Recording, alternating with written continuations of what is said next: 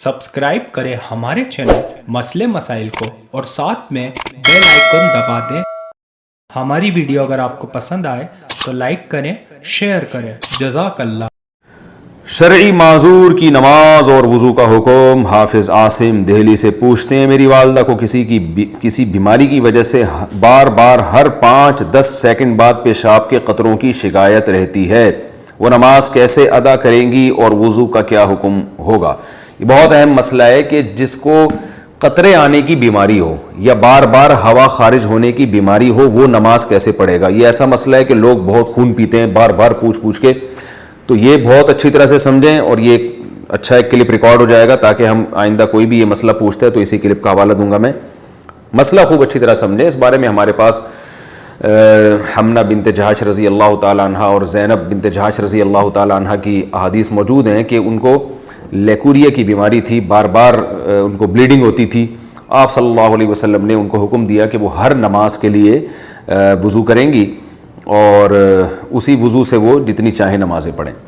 तो इससे उलमा ने इस्तेदलाल किया है कि किसी का वज़ू ठहरता ही अगर नहीं है कि वो यानी जब भी नमाज पढ़ता है तो नमाज के दौरान वज़ू टूट जाता है या नमाज से पहले ही टूट जाता है, तो वो यानी हवा खारिज होती हो या पेशाब का कतरा निकलता हो तो बार बार वज़ू टूट रहा है, तो ऐसा शख्स फिर माजूरों की फहरिस्त में दाखिल है।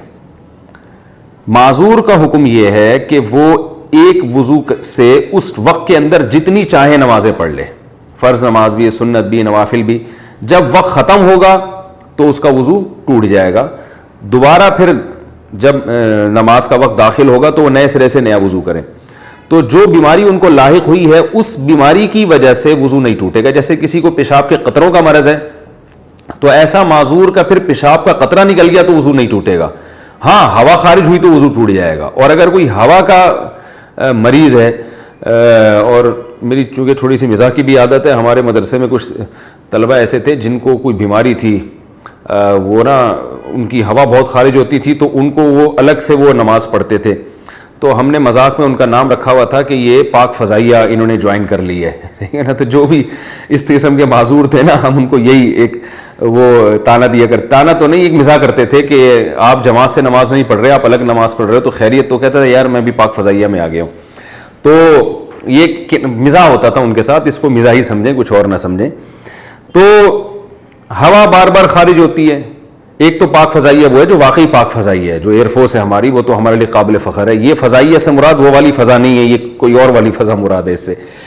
तो बार बार किसी की हवा अगर खारिज हो रही है, बार बार पेशाब का कतरा खारिज हो रहा है और नमाज के दौरान भी कतरा खारिज हो जाता है, तो फिर उसके लिए हुक्म यही है कि वो उसी वज़ू से जितनी चाहे नमाज़ें पढ़े। जब नमाज का वक्त ख़त्म होगा, नया वक्त दाखिल होगा, तो नए वज़ू से फिर वो नई नमाज़ें, वो जितनी नमाज़ें चाहे पढ़ेंगे। यानी एक वज़ू से वो अगले वक्त की नमाज़ें नहीं पढ़ सकता बस, लेकिन किसी और वजह से वज़ू टूटा तो टूट जाएगा। अब ये कि माजूरों की फहरिस्त में दाखिल कब होगा ये समझें। किसी भी शख्स पर कोई एक नमाज का पूरा वक्त ऐसा आ जाए कि जिस पूरे वक्त में कोशिश के बावजूद वो बावजू होके नमाज ना पढ़ सके, तो जब ये इस कंडीशन में वो आएगा तो वो माजूरों की फहरिस्त में दाखिल हो जाएगा। मिसाल के तौर पर मगरिब और इशा का वक्त बहुत थोड़ा होता है, उस मगरिब और इशा के तो दरमियान का वक्त है, फर्ज करें वो 1.5 घंटे का वक्त था मगरिब और इशा के दरमियान। अब इस शख्स ने वज़ू किया इत्मीनान से, वज़ू के बाद इसने खड़े होकर नीयत बांधी मगरिब की नमाज की, लेकिन इस सलाम फेरने से पहले इसे पेशाब का कतरा खारिज हो गया, तो ये दोबारा जाएगा, वज़ू करेगा, ठीक है ना। फिर दोबारा जब नमाज की नीयत बांधता है तो इसे पता है कि मैं सलाम फेरने से पहले फिर कतरा खारिज हो जाएगा, या पता तो नहीं है लेकिन अमलन ऐसा हो गया, तो पूरा टाइम इसको टाइम नहीं मिल रहा कि वज़ू करके नमाज पढ़ सके। तो जब भी एक दफ़ा ऐसा होगा तो एक दफ़ा ऐसे होने के बाद शरीयत इस पे माजूर होने का हुक्म लगा देगी। ये माजूर का मतलब भाई ये वज़ू करके नमाज पढ़ ही नहीं सकता। तो जब एक दफ़ा माजूरों की फहरिस्त में दाखिल हो गया तो अब हर नमाज में ये ज़रूरी नहीं है कि पूरा टाइम इसे ये कतरा आता रहे, क्योंकि ये तो बड़ा हरज हो जाएगा ना, पूरा टाइम कौन चेक करता रहेगा। तो एक दफ़ा जब माजूरों की फहरिस्त में दाखिल हो गया तो अब वो हमेशा के लिए माजूरों ही की फहरिस्त में रहेगा।